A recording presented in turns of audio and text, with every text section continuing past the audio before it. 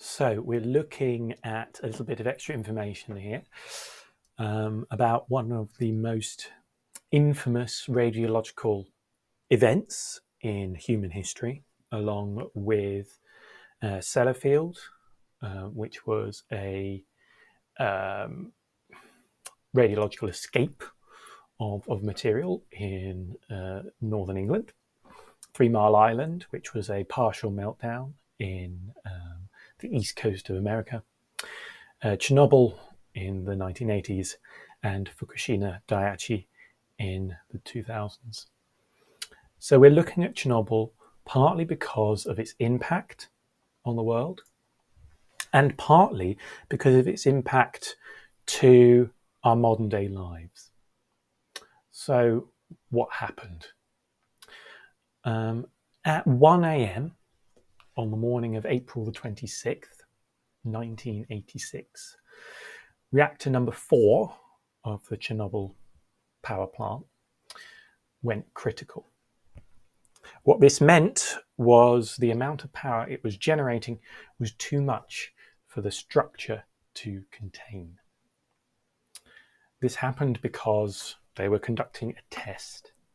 And they were conducting a test of the coolant system. And the test basically was, if we ran out of power, can we turn off the reactor in time? The answer was no. In the USSR, as it was, it's now on the border of Belarus and Ukraine, they created reactors without a containment building, which meant that the reactor was essentially a big hole in the ground with a metal lid on the top. They weren't as pressurized as modern reactors, but they had what's called a positive void coefficient. And what that meant was, if there was no water in the channels, it had a positive void, it had a void of steam.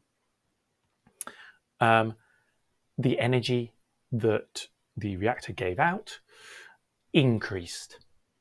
Now, modern reactors do have containment fields. They do have biological shields.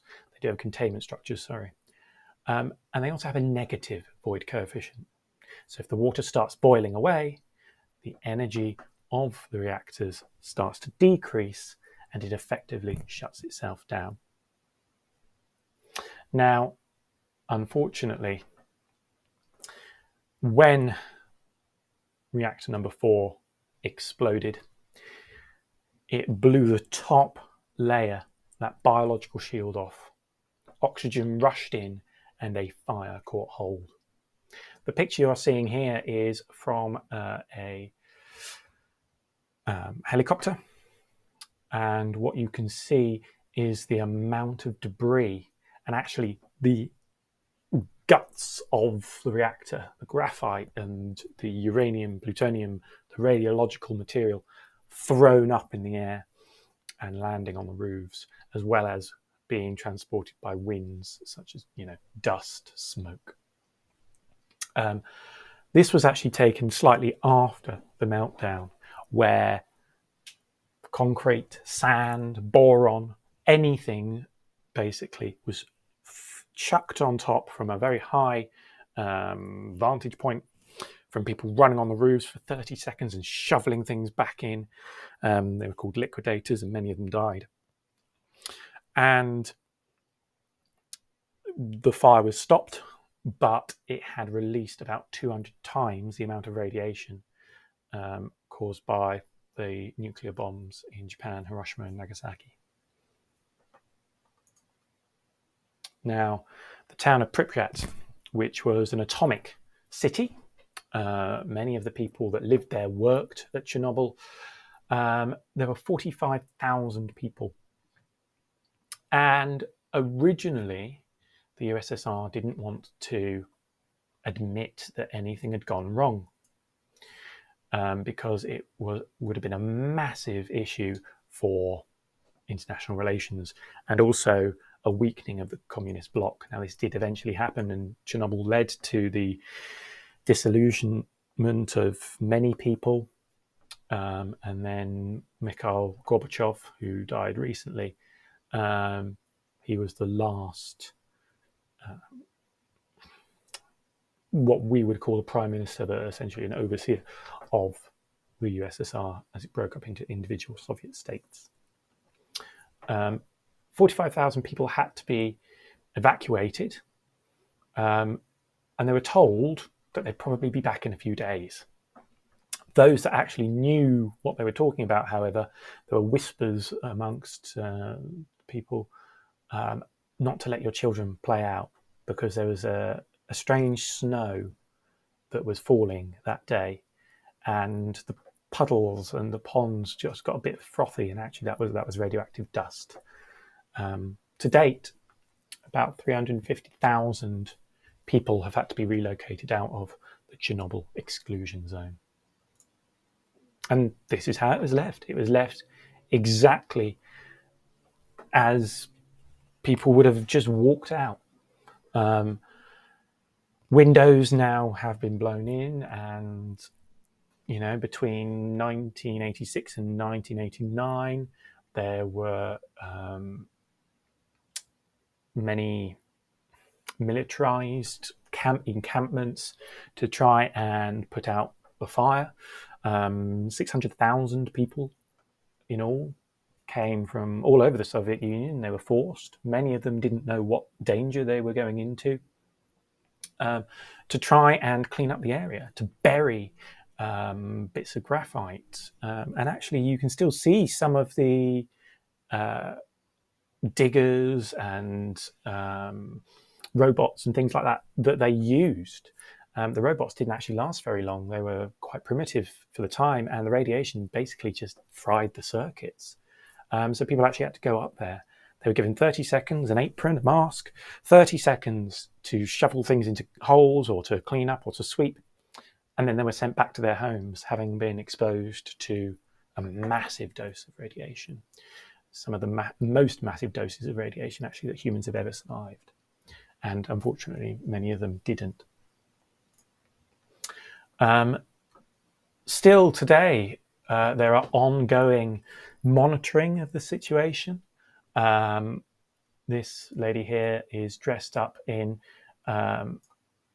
paper overalls. And the reason that we use paper is because the main issue is not gamma radiation, but it's alpha radiation from the dust, from the cesium and iodine dust that is still around. And of course, if you breathe that in, if you get that on your clothes, you go and eat a sandwich, for example, alpha can't get through the skin very easily, but once it's inside, it can cause massive amounts of radiological damage. Now, 7 million people were affected. Of course, the most heaviest were in Belarus, Russia, Ukraine, but livestock in the UK had to be put down. Milk was poured down the drains. As far away as Lapland, Portugal, the Algarve, Gibraltar, and down into the Mediterranean. And actually, the only reason that this map seems to have a Western bias is because the radiological contamination of iodine and cesium was only picked up by a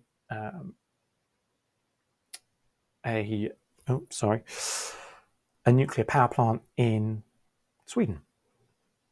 Suddenly their alarm started to go off.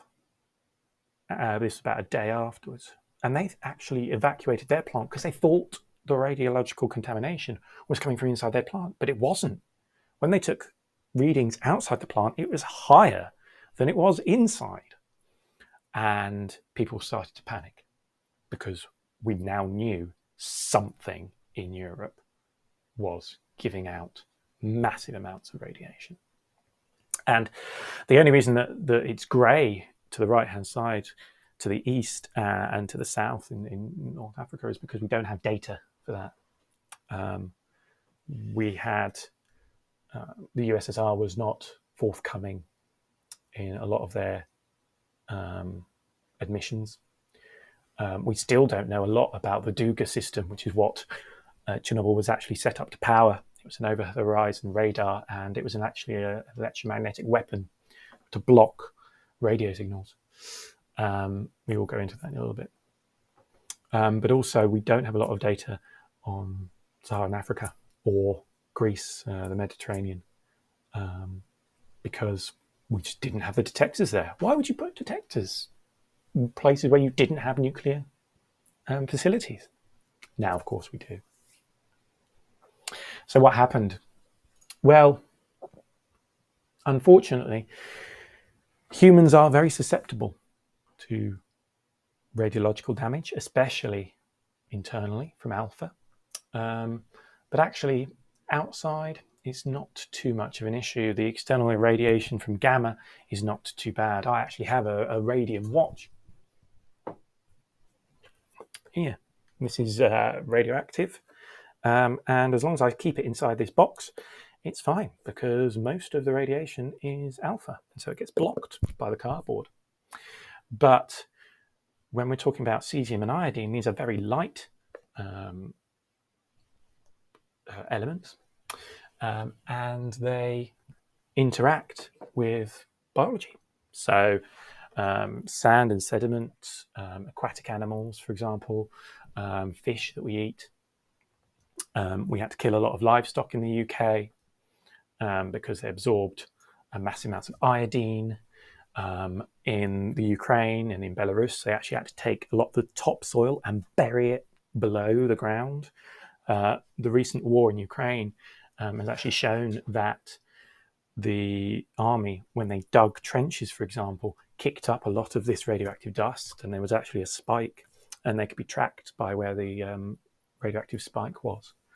When we're talking about direct inhalation and onto the skin, we're talking about people that are actually working in Chernobyl very, very closely, where they can breathe in those dust particles.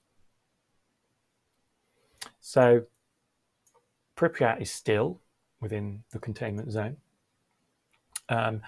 This is a very famous location in Pripyat.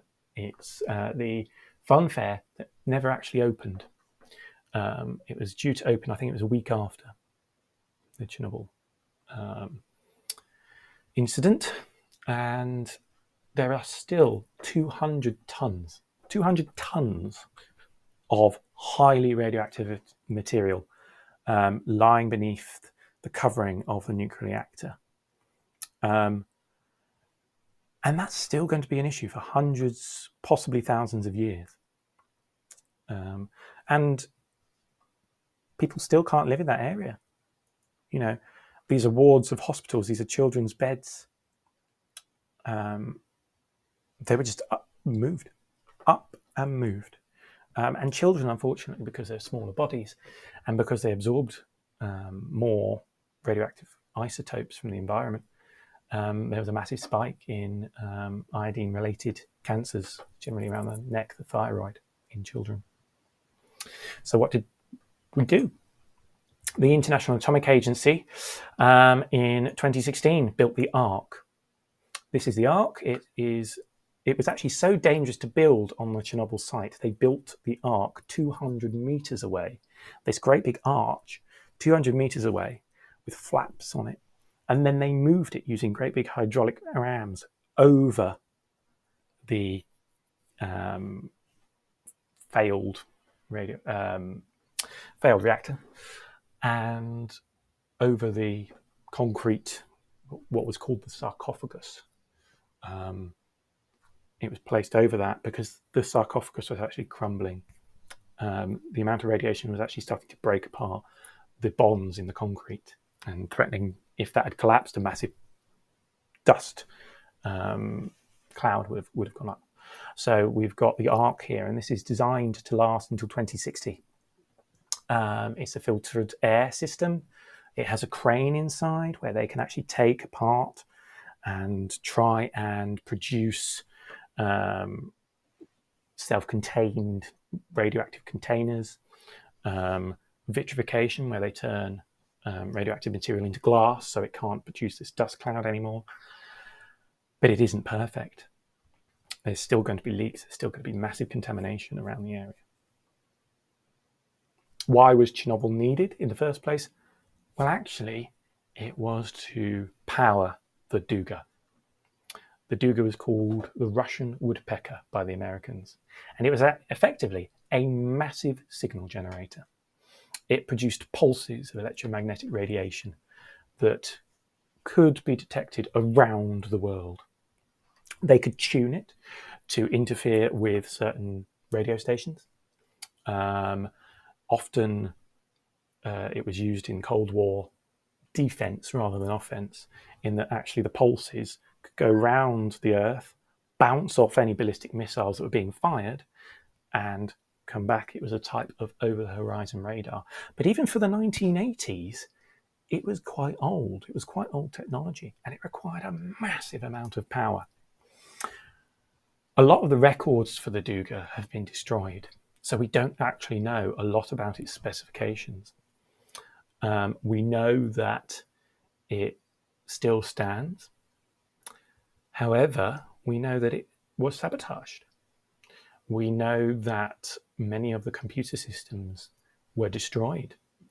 And even up until the latest war in Ukraine, as speaking in 2023, the autumn 2023, many computer systems at Chernobyl and the Duga were destroyed by Russian forces. They have been driven back and the site is now safe. But there are still many Cold War secrets yet to be discovered. And the only reason we know about these things is because people have gone and explored the site, put their own lives at danger, but also the memories of the people that worked there in the 1970s and 1980s, many of whom are still sworn to secrecy and are still, hiding. Now, I am going to put a link here to a BBC report on the Duga, which you are now going to be able to watch.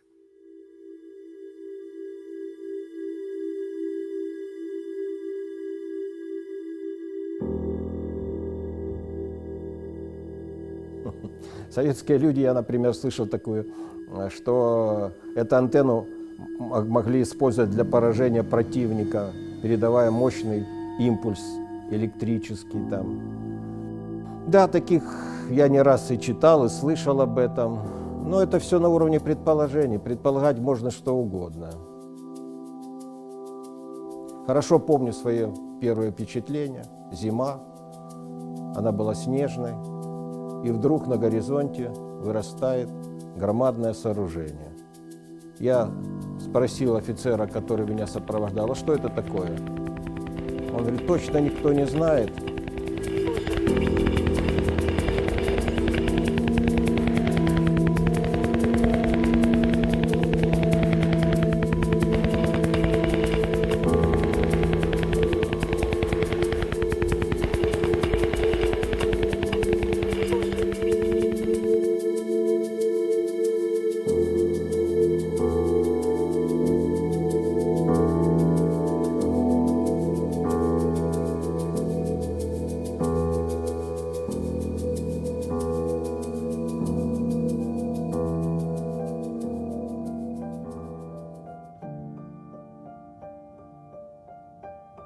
Мое знакомство с объектом Чернобыль-2 произошло в январе 1987 года. На тот момент я служил в Киевском полку гражданской обороны и был направлен для участия в ликвидации последствий Чернобыльской катастрофы в район Чернобыльской станции. Уже работая в музее, я узнал, его строительство осуществляли организации Министерства среднего машиностроения, Министерства связи СССР и военные строители. Комплекс, который был у нас в Украине, Чернобыль-1 и Любич-2, это загоризонтный радиолокатор, который предназначался для обнаружения старта баллистических ракет. Было такое название «Русский дятел», потому что, когда он работал, в эфире раздавался характерный стук, как похожий на дятла.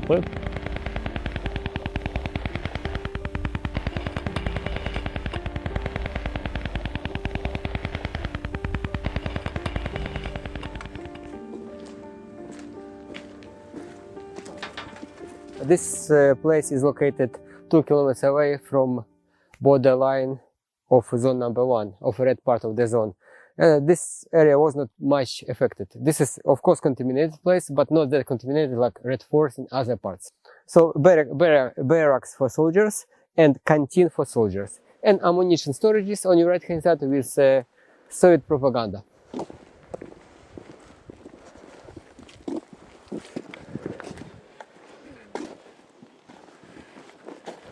You see it's a signal reflector. So those tiny long wires are signal reflectors. They started to build it in 1972, pretty the same time when they built nuclear power plant. It was put into operation in 1976. Of course, the main idea to fire back. If, in theory, when they see that missile right about the country, it's too late. For example, missile called Trident II needs only 28 minutes to get Moscow from Nevada. If they see launching, they have 20-25 minutes to push or not to push red button. It was not really effective. You know, it was designed in the 1960s. Even for 1980s, it was already old technology. Each radio receiver have lots of sensors. Each sensor must have to be supplied with data wires and power. All data wires were going to main control center. It looks like a huge, let's say, computer. But believe me, this thing is much better than everything here.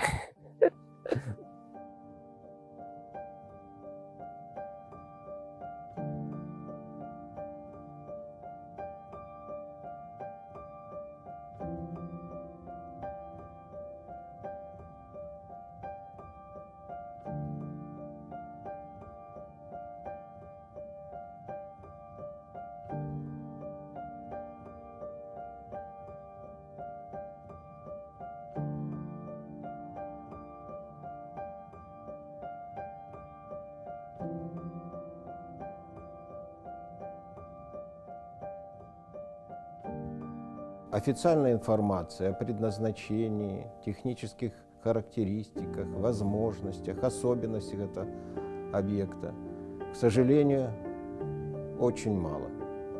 Поэтому основной источник информации – это воспоминания тех людей, которые работали на этом объекте. С учетом той ситуации, которая сегодня в России, где до сегодняшнего дня не рассекречены все архивы, связанные со Второй мировой войной, архивы, связанные с деятельностью объекта Чернобыль-2, в ближайшие 50, а то, может, и 100 лет рассекречены, я думаю, тоже не будут.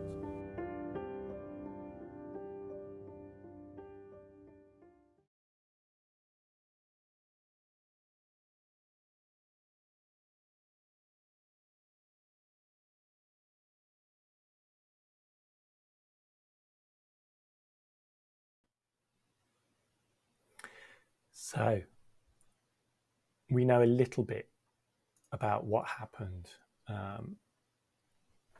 before Chernobyl. We know why it was built to some extent. We don't know why there were 4 reactors. Was that the amount of energy that was needed for this? It seemed unlikely. It seemed as though it was a foothold in that region. And actually, it was a very good place to build a nuclear reactor because it was right by the river, and it was a very cold and very fast-running river as well. I have had friends that have actually climbed up the Duga. I do not recommend it. They did so illegally, and they swam across that river, and they said it was the coldest water that they have ever felt. That was used for cooling. It was used in a secondary cooling system. So it wasn't run through the reactor itself, but the reactor got hot, pumped steam out, and it was actually used to cool down that steam. And that steam maintained in a closed loop, and then the hot water that was used to cool down that steam was then flushed back into the river. So we are 30 years past the Chernobyl disaster. And what has changed in that area in that time? Well, actually, we've almost used it as an opportunity to save wildlife. So the Przewalski horse, I probably pronounced that incorrectly, nearly went extinct. But in 1998, some individuals were released in the Chernobyl area, and the risk to the population being exposed to the radiation was less than actually the population going extinct from breeding or the lack of breeding. And so without humans being in the area, the horse population has actually exploded, as has many other native wildlife. That's not to say there's not been an effect. For example, this is a firebug. On the left, you can see a kind of face almost of the markings of a non-irradiated bug. And then on the right, you can see the mutation in the marking of the individual caused by the increase in background radiation. Up until about 10 years ago, scientists considered this to be detrimental. So we saw trees dying. The reason that the evacuation zone, one of the evacuation zones, is called the Red Forest is because the pine trees can't produce chlorophyll properly anymore, and they died and produced this red leaf litter, basically, around the area. And actually a lot of the animals, plants, fungi that would have been able to break that down have been so heavily irradiated that they haven't been able to do that effectively. Mushrooms are actually one of the highest bioaccumulators. That means they tend to collect a lot of radioactive isotopes. So fungi and flora have been heavily impacted by the radiation still to this day. In fact, a paper put out last week, and this is September 2023, suggests that frogs in the area, tree frogs, have become dark. And this is seen as a response. This is seen as rapid evolution, because the darker the frog is, the more melanin there are in the cells. And just like in humans, melanin can block radiation. It sits on top of the DNA, sits on top of the nucleus, and produces dark cells that block radiation that comes in. And so the darker frogs have had this mutation. They've survived the radiation better, and therefore their offspring has been dark. And over many populations, we've found that the tree frog population in the Chernobyl exclusion zone has become significantly darker, significantly less green. So what do we think about the future of Chernobyl? It's going to take hundreds, if not thousands of years for that area to be safe for humans to live in again, if we ever want to. It may be that actually it becomes a national or international area that's protected because of the really strange ecology that's happening in the area. What happens to nuclear power stations? Now, nuclear energy is non-renewable. We only have so much uranium in the ground that we can dig up. But it's far less dangerous at the moment than coal-fired power stations. Now, coal-fired power stations have the same internal workings. They have a heat source, which is the burning of the coal. That produces steam that turns turbines and that produces our electricity. But with coal power, we have a lot of pollution, and it's invisible pollution. And actually, per capita, so per person, we're far more likely to die of the impact of particulate pollution, so soot, dust, carbon monoxides, sulfur dioxides, things like that, than we ever are to die of radiation. And so one of the arguments is that actually we take the coal-powered stations and we take the big furnace out and we replace it with a modern nuclear reactor to try and tide over the transition period between the industrial non-renewables and hopefully our renewables that are coming in the several decades that can then support our growing population. But there are some countries that disagree with this. Germany, for example, is closing a lot of its nuclear power stations and opening coal-powered. France is going the other way. It's closing coal-powered and opening nuclear power stations. There's no one-size-fits-all answer. And part of this lesson is to philosophize. What do you think? Would you be in support of a nuclear power station opening near where you live, as opposed to a coal one?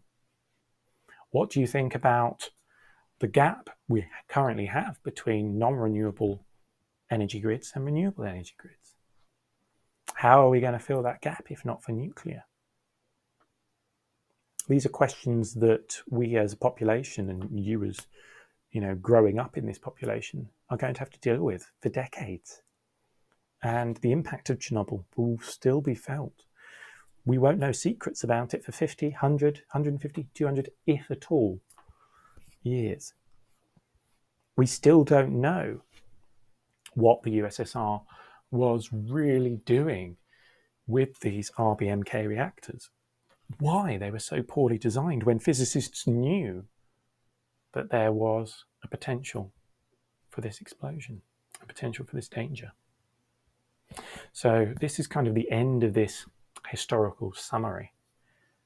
And I hope it's raised questions for you as to the impact of physics and what you might think about it in future.